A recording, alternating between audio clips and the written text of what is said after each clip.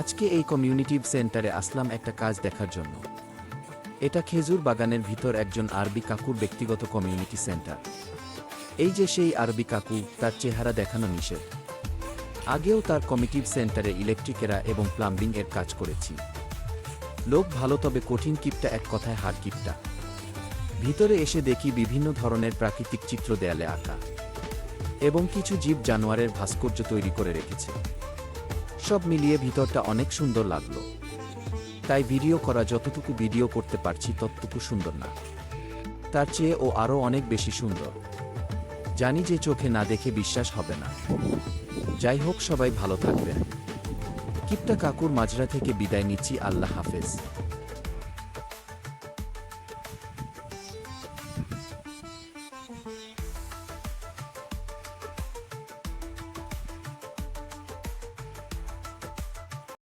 Likey